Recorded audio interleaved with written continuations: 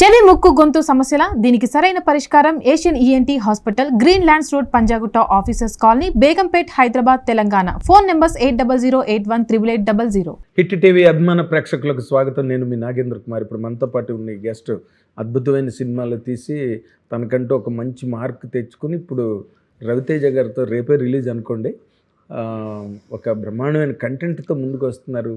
స్వామియే శరణం అయ్యప్ప. ఈ సినిమా 100% హిట్ అవుతుందని ట్రేడ్ అంతా నమ్ముతుంది, అభిమానులు నమ్ముతున్నారు, మీడియా నమ్ముతుంది. అది ఈ సినిమాలో ఉన్న ప్రత్యేకత. దీనికి సంబంధించిన విశేషాలు ఆయన అడిగి తెలుసుకుందాం. మీ అందరి తరఫున ఆయన్ని ఈ కార్యక్రమానికి సాదరంగా ఆహ్వానిస్తున్నాను. సార్ నమస్తే. నమస్కారం సార్. నాకు ఈ సినిమాకి సంబంధించినంత వరకు ప్రధానమైన డౌట్ ఏంటంటే, రవితేజ గారు ఇన్ని సినిమాలు చేసి మాస్లో ఎన్ని యాంగిల్స్ ఉన్నాయో అన్ని యాంగిల్స్ చేసేసి మాస్ మహారాజ్ అనే రేంజ్కి వెళ్ళిపోయారు. ఈ మాస్ ఫిల్మ్స్, అవునండి, అవును, mass presentation Raviteja.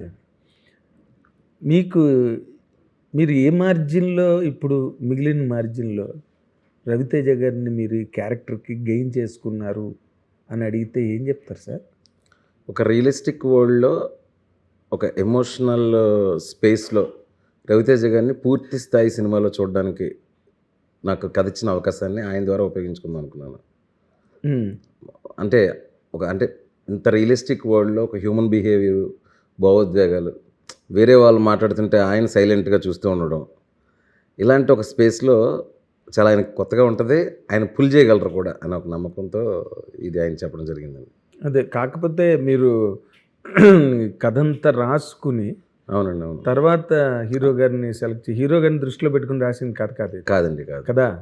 But Raviteja గారు సీన్లోకి వచ్చిన తర్వాత ఆయన ఇమేజ్ గట్ట మిమ్మల్ని రాసుకున్న కథ అయితే, ఒక క్యారెక్టరు సంవత్సరం అంతా డ్రింక్లో ఉండేవాడు, 41 రోజులు మాలేయాల్సిన పరిస్థితి వచ్చినప్పుడు ఆ 41 days టైం లైన్, ఆ ముందు జరిగిన సంఘటనలు, ఆ గ్యాప్లో జరిగిన సంఘర్షణల నుంచి ఆయన ఎలా బయటపడ్డాడు, ఎలా ఫేస్ చేశాడు, దానిలో వచ్చిన మెచ్యూరిటీ ఏంటి, ఇవన్నిటి మీద చాలా ఇంట్రెస్టింగ్గా ఉందన్నది కథ. బట్ దాంట్లో రవితేజ గారు వచ్చినప్పుడు ఏమైందంటే, ఆ కాన్ఫ్లిక్ట్లో వచ్చే రిలేటబిలిటీ ఇంకా పెరిగింది. ఆయన స్టార్ అయినా మూలలోకి వెళ్ళిపోయిన ఇది కదా ఆయన హీరో కదా. సో అంత ఒక ఒరిజినల్ పాయింట్ని రవితేజ లాంటి ఒక కమర్షియల్ స్టార్తో చేయడం వల్ల ఆ రీచ్ విపరీతంగా ఉంటుంది, మైలేజ్ ఎక్కువగా ఉంటుంది. పైగా ఏంటంటే, అతనిలో ఉండే ఈజ్, అతని బాడీ లాంగ్వేజ్లో ఉండే ఈజ్, ఆ ఇన్నోసెన్స్ని, ఆ అగ్రెషన్ని ఒక బ్యాలెన్స్లో కరెక్ట్గా పోర్ట్రేట్ చేస్తుంది. ఎక్కడ ఫోర్స్ ఉండదు. ఇప్పుడు మీరు సినిమా అంతా అయిపోయింది కాబట్టి మీరు చాలా చులగ్గా మాట్లాడుతున్నారు. అవునండి, బట్ సినిమాలోకి, ఈ కథలోకి రవితేజ గారు వస్తున్నారు, ఇది రవితేజ గారు అయితే బాగుంటుందని నిర్మాతలు ముందు అనుకుని మీకు చెప్పి, తర్వాత ఫస్ట్ కథ అంతా అయిపోయిందండి. ఎవరు అని అనుకుంటున్న సందర్భంలో ఊరెళ్తున్నాను, అదొక అర్జెంట్ పని ఉండి వెళ్తుంటే కరెక్ట్గా ఎయిర్పోర్ట్కి వెళ్ళే దారిలో మన రవి గారు కాల్ చేస్తారు, మైత్రి రవి గారు కాల్ చేసి, శివ మొత్తం కథలో ఒకసారి అలా రవితేజ గారు కనిపిస్తున్నారు, అయితే బాగుంటుంది అనిపిస్తుంది, ఒకసారి ఆలోచించాను. ఒకసారి ఇలా ఆలోచించి షర్ట్ లేకుండా రుద్రాక్షలతోని ఒక అయ్యప్ప భజనకి డ్యాన్స్ చేస్తున్న ఒక విజువల్ కనపడింది రవణ.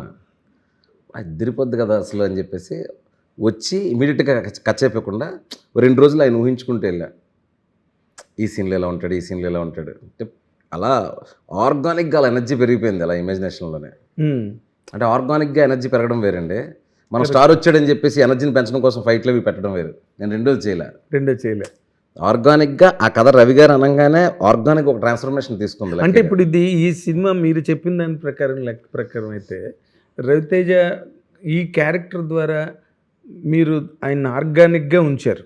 అవునండి. హీరోలు, మాస్ హీరోలు అనగానే కొంచెం వాళ్ళకి లార్జర్ దాన్ లైఫ్ ఇమేజ్ ఉండడం. అవునండి, అవును. సడన్గా మధ్యలో వాళ్ళు ఎరప్ట్ అవ్వాలని కోరుకుంటారు ఆడియన్స్. అవునండి, అవును. లేకపోతే ఇక్కడ ఏదో జరిగిపోవాలి, హీరో వచ్చి చంపేయాలి, ఇలాంటివేవో ఆ హైస్ కోరుకుంటారు కదా. ఇది ఆ హైస్ మీకు ఎలా చేసింది ఈ ఫిల్మ్? చేస్తుందండి. ఎందుకంటే ఒక అంత ఫ్లావర్డ్ క్యారెక్టర్, ఒక బలహీనత ఉన్న క్యారెక్టర్, ఆడపిల్ల వెనకతను నిలబడడం అనే దాంట్లోనే ఒక మాస్నెస్ ఉంది, మోరల్ హై ఉంది. అంటే ఏంటంటే, ఒక పర్ఫెక్ట్గా ఉన్న మనిషి నిలబడితే అది జస్ట్ కథలా మాత్రమే ఉంటుంది.